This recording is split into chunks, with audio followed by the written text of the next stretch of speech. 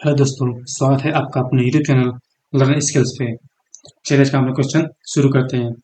Question है regarding heat waves consider the following statement. जो statement दिया गया है उसे पढ़िए और इस पर विचार कीजिए। स्टेटमेंट किसके कथन में किसके संबंध में दिया गया है? तो हीट वेव के संबंध में दिया गया है। चलिए अपना कथन पढ़ते हैं। यदि किसी मैदानी इलाके का अधिकतम तापमान कम से कम 30 डिग्री या इससे अधिक तक पहुंच जाता है तो उसे हीट वेव माना जाता है। ये कथन हमारा गलत है। अगर मैदानी इलाके की बात करें तो कम से कम 40 डिग्री पहुंचना चाहिए इसको। अगला है यदि किसी पहाड़ी इलाके का अधिकतम तापमान कम से कम 40 डिग्री या उससे अधिक तक पहुंच जाता है तो उसे हीट वेव माना जाएगा। तो ये होगा 40 की जगह 30 डिग्री। यानी अगर पहाड़ी इलाका है और उसका अधिकतम तापमान 30 डिग्री तक पहुंच गया है तो उसे हीट वेव की श्रेणी में माना जाता है। तो हमारा दोनों गलत है, तो इसका आंसर हो जाएगा ऑप्शन डी, ना तो एक ना तो दो। यहाँ पर इसका व्याख्या किया गया है। यदि किसी मैदानी इलाके का अधिकतम तापमान कम से कम 40 डिग्री या 40 डिग्री सेंटीग्रेड हो, मैंने इसे पहले बता दिया कि मैदानी इलाके का कम से कम 40 डिग्री, और बात करें पहाड़ी इलाके का कम से कम 30 डिग्री, तो उसे हीट वेव की श्रेणी में गिना जाता है। चलिए अगला क्वेश्चन देखते हैं। आप अगला क्वेश्चन है गंगा का मैदान is full of which type of soil. Ganga का मैदान है वो किस प्रकार की मिट्टी से भरा है? तो किस प्रकार की मिट्टी से भरा है? जलोढ़ मिट्टी से। ऑप्शन सी, जलोढ़ मिट्टी। जो गंगा का मैदान है जलोढ़ मिट्टी से भरा है। जलोढ़ मिट्टी को सबसे उपजाऊ मिट्टी माना जाता है। जो जलोढ़ मिट्टी होती है वो सबसे उपजाऊ मिट्टी होती है। इसके बाद जो भारत का संपूर्ण उत्तरी मैदान है वो जलोढ़ मिट्टी से बना हुआ है। इस मिट्टी में पोटास, चूना, फास्फोरस और एसिड प्रचुर मात्रा में पाया जाता है। जलोढ़ मिट्टी को मुख्यतः जो बांगर मिट्टी होती है उसे पुराना जलोढ़, और जो नई मिट्टी जो नई जलोढ़ होती है उसे खादर मिट्टी के नाम से भी जाना जाता है या फिर उसके रूप में बांटा जाता है। चलिए अगला क्वेश्चन देखते हैं। यहाँ in which of the following statement is black soul found. यानी इनमें से किस राज्य में काली मिट्टी पाई जाती है? इनमें से किस राज्य में काली मिट्टी पाई जाती है? कर्नाटक में, गुजरात में, मध्य प्रदेश में। यानी इसका आंसर हो जाएगा ऑप्शन डी, उपयुक्त में से एक से अधिक। काली मिट्टी भारत के महाराष्ट्र, कर्नाटक, गुजरात, मध्य प्रदेश, तमिलनाडु, आंध्र प्रदेश, राजस्थान आदि राज्यों में प्रमुखता से पाई जाती है। इसे रेंगूर या काली मिट्टी या फिर चरनोजम आदि के नाम से भी जाना जाता है। इसमें लोहा, चूना, कैल्शियम, पोटास है और एल्यूमिनियम की प्रचुर प्रचुर मात्रा में विद्यमान रहता है। जो एल्यूमिनियम है वो भी। इसके अलावा नाइट्रोजन, फास्फोरस जैविक पदार्थों की कमी पाई जाती है। इसमें जो नाइट्रोजन होते हैं, फास्फोरस होते हैं, इसके साथ जैविक जो पदार्थ होते हैं वो इसमें ज्यादा मात्रा में नहीं पाए जाते हैं। इसमें जल धारण करने की क्षमता सर्वाधिक होती है।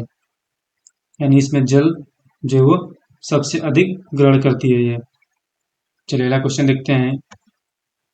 अगला क्वेश्चन है विच स्टेट है मैक्सिमम लेटराइट सोइल। यानी किस राज्य में सबसे अधिक लेटराइट मिट्टी पाई जाती है? तो पाई जाती है मेघालय राज्य में। ऑप्शन सी, मेघालय राज्य। यह लगभग 1.26 लाख वर्ग किलोमीटर क्षेत्र पर विस्तृत है। इस मिट्टी का स्वरूप ईंट जैसा होता है। बात करें स्वरूप की तो ईंट के जैसा हो जाएगा इसका स्वरूप। भीगने की क्षति पर यह कोमल और सूखने की क्षति पर कठोर व दलीदार होती है। जब ये गीली होती है तो यह कोमल जैसे, और सूखने के बाद ये कठोर पदार्थ के जैसे बन जाती है।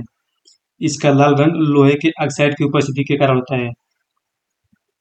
ये जो लेटराइट मिट्टी है वो किस रंग की मिट्टी होती है? तो लाल रंग की मिट्टी। ये किसके कारण होती है? तो ऑक्साइड की उपस्थिति के कारण।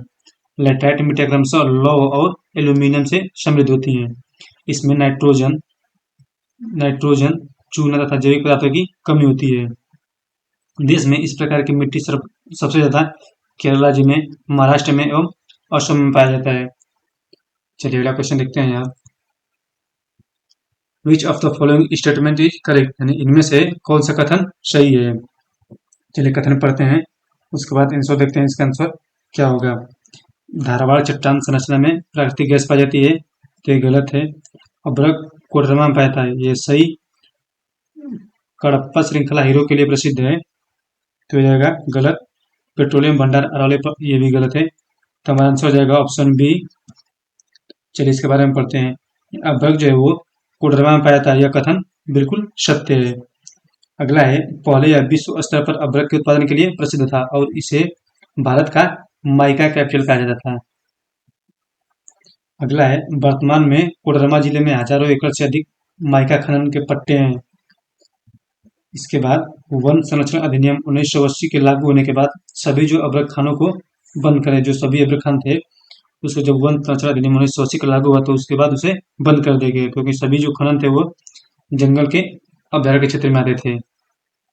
चलिए अगला क्वेश्चन देखते हैं। अब अगला क्वेश्चन है, जब मृदा अति क्षारीय हो तो उसमें पौधे पैदा नहीं होता है या फिर पौधे पैदा नहीं होते हैं, तब मृदा की गुणवत्ता में सुधार के लिए क्या मिलाना चाहिए?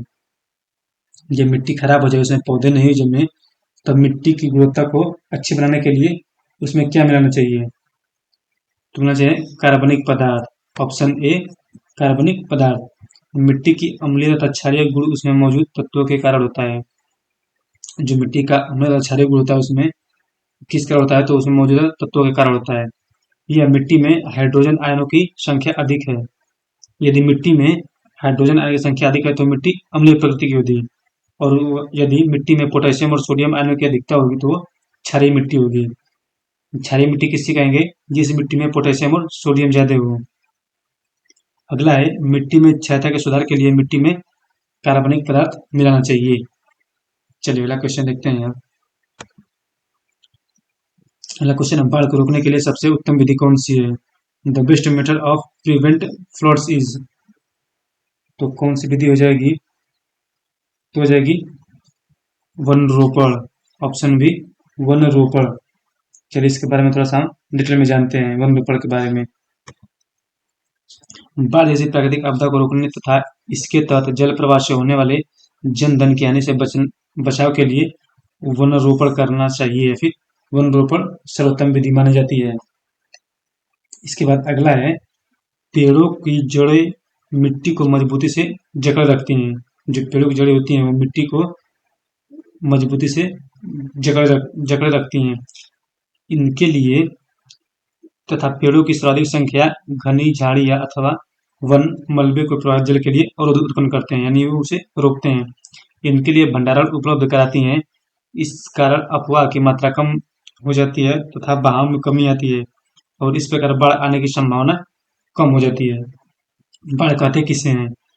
नदी जल वाहिकाओं में इसकी क्षमता से अधिक जल बहाव का होना, जिससे आसपास अधिवासों, फसलों व जन सामान्य की क्षति होती है, उसे बाढ़ कहते हैं। यानी नदी में जितनी उसकी क्षमता है जल बहने की, अगर उससे अधिक जल उसमें बहाव होना शुरू हो जाता है और जिससे वहाँ के आसपास के फसलों को नुकसान होता है तो उसे बाढ़ कहते हैं। चलिए अगला क्वेश्चन देखते हैं। अब टिहरी बांध परियोजना इनमें से किससे संबंधित है? Tehri dam project is associated with. जो टिहरी बांध परियोजना है वो इनमें से किससे संबंधित है? हो जाएगी संभाववादी विचारधारा से। ऑप्शन बी संभाववादी विचारधारा।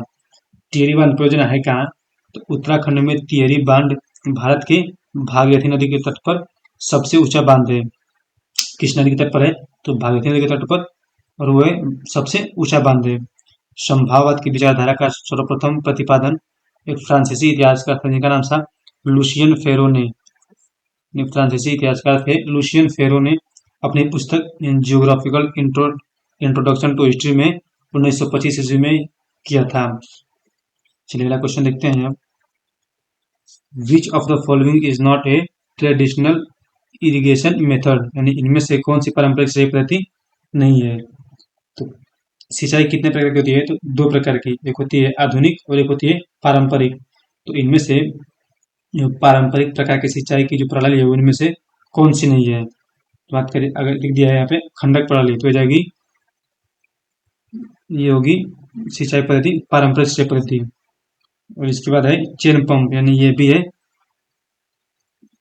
अगला ड्रिप प्रणाली, यानी ऑप्शन सी, ये जो किस सिंचाई प्रणाली में आएगा या फिर किस सिंचाई पद्धति में आएगा? रहेगा आधुनिक सिंचाई पद्धति में। चलिए इसके बारे में जानते हैं। सिंचाई पौधों की सिंचाई, जो पौधों को कृत्रिम रूप से पानी देने की प्रक्रिया है। सिंचाई की प्रमुख पारंपरिक आधुनिक विधियां निम्नलिखित हैं। पहला है पारंपरिक सिंचाई विधियां। इसमें कौन सी आती हैं? पारंपरिक में खंडक प्रणाली, चेन पंप प्रणाली, ढकली प्रणाली और राहत तथा मोट प्रणाली।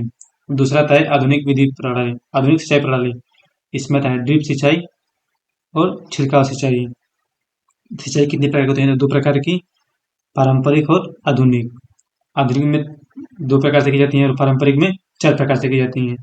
चलिए अगला क्वेश्चन देखते हैं अब। दामोदर वैली प्रोजेक्ट स्टेट, जो दामोदर घाटी परियोजना है वो इनमें से किस राज्य में स्थित है? तो दामोदर घाटी परियोजना किस राज्य में स्थित है? तो झारखंड और पश्चिम बंगाल।